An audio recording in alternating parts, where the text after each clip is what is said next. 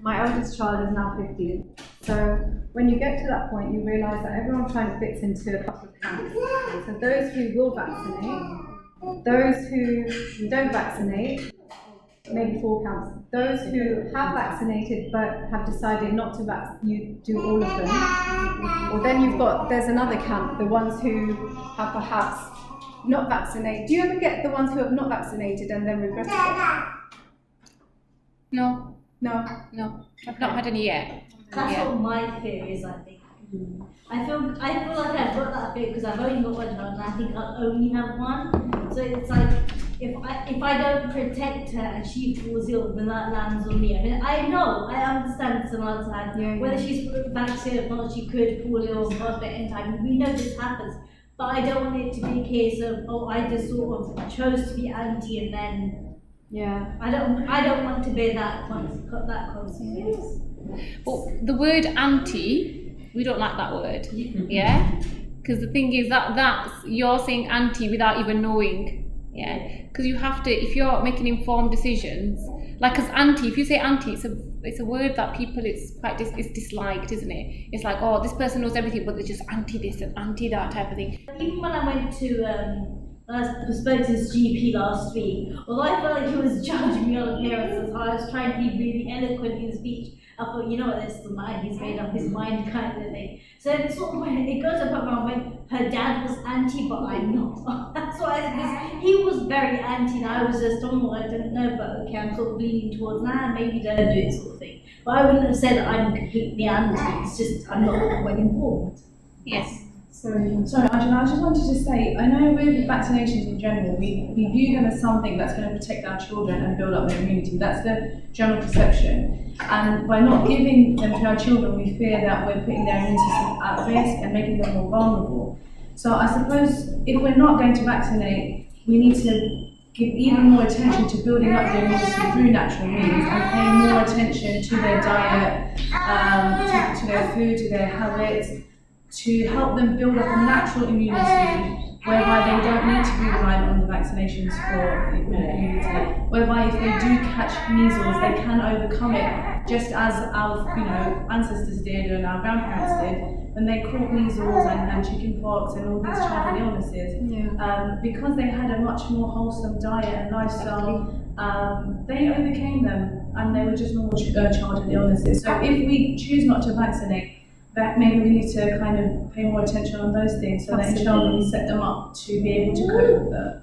I mean, you made a very interesting point about how times have changed. Exactly. Generally, we've got better sanitation. We have got better sanitation. People are looking after themselves. I mean, I'll give you an example with tetanus.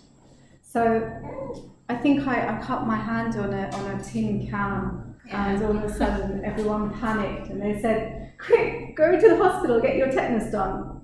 And I did. I kind of got caught up in that panic and I thought, let me go. And then it's a case of, okay, but I sat there and I thought, hang on a second, how can I get infected with tetanus from a can of tomatoes? I just started thinking. So now I've got to, it's at the forefront of what I'm doing because I need to vaccinate the kids. Then I started looking into it. What is all this? What's vaccinations?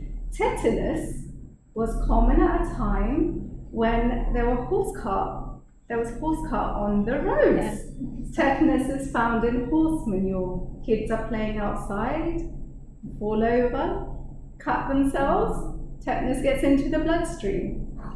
You have to, it's almost like we are just told, you're going to get tetanus from cutting yourself on a... It's about educating yourself, Exactly. And touching on that point, this is the thing. I personally say, in many years, find the alternate first. Really passionate, like when obviously you get people, parents, professionals, if they believe in something really passionately, they'll kind of see you as doing something wrong, or see anyone, whatever decision they don't agree with, that's not normal, they'll kind of think, oh no, they're doing wrong, and they'll kind of blame you. So it's such a difficult thing, and with social service, thank God you got a good social worker. Yeah, because they can't just refer you. She might refer you because you got this thing verbally aggressive. Yeah, exactly. But they can't. There has to be more things. So they would ask if you, depending on how old your child is, they would get in touch with school, health visitors. They kind of do a bit of background. Yeah. Okay. So Hannah, as a health visitor, how do you deal with a scenario where two parents differ? Oh, that is, you know what, this is why. I know how, say if you were a health visitor who was pro-vax, how would you deal with that scenario? Basically, this is, in the beginning I said it, so one of your barriers could be like if it's your husband or wife, depending on how you differ on vaccinations. If I was pro, I'd give you the information. I'm going to give you the information. I'm not going to say to you, oh, you have it and you do whatever and take her, because a lot of, you hear these real life stories in reality where they've broken up and things have happened and governments these people have got involved. One's been imprisoned and one's happened and the other one's died, God knows. So there's major things, especially within marriage.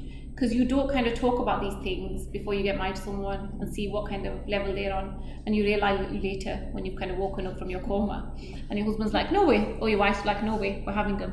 So I would say they're not mandatory. I would give you always the information, because it's up to you at the end of the day. I'm not going to say, oh, she's right and he's wrong. I'm not going to take sides type of thing. You have the right to make a decision on how you feel.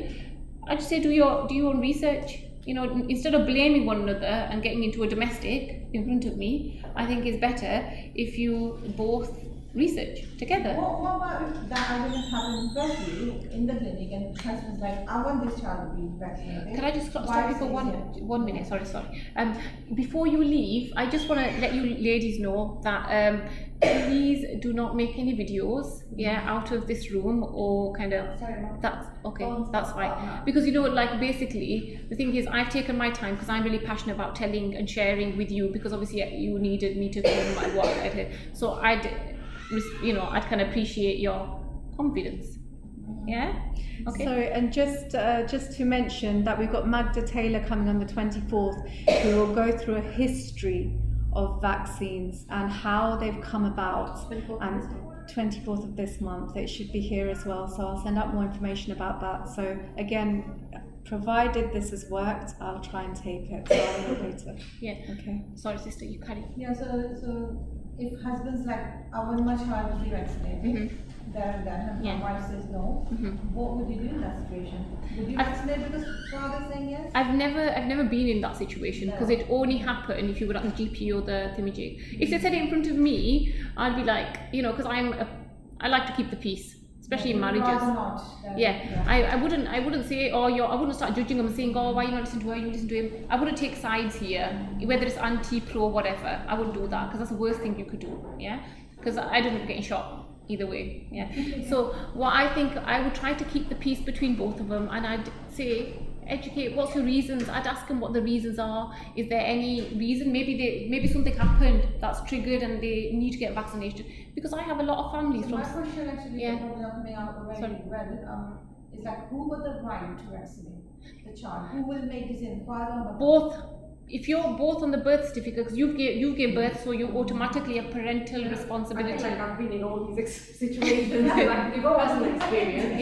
Parental I've responsibility. actually been in that experience myself, but before I had a child. So while I was pregnant, it was the whooping cough, which was trying to be enforced on me, and this was there. At my GP surgery, well, the one that was at that time, there's multiple GPs, and he was the main one that I was seeing. And he was trying to ask me to. This was my second pregnancy. My first one was a miscarriage that I had like at 4 months, and he was the same one that pushed me to get me the flu jab. And so he was trying to get me the flu jab on this pregnancy, and he was saying that there was a risk of me having a miscarriage. I said, actually, you gave me a flu jab for my last. And I said, can you tell me that it wasn't the flu jab that caused my miscarriage? He obviously couldn't guarantee me that. But he went on to the whooping cough, so he left the flu jab and he said, look, let's talk about the whooping cough. And he just spoke about the dangers of it. My husband was with me, and I said to him, I was quite emotional. I know you're saying to be calm. This was obviously, but you can't help it if you my human miscarriage as well.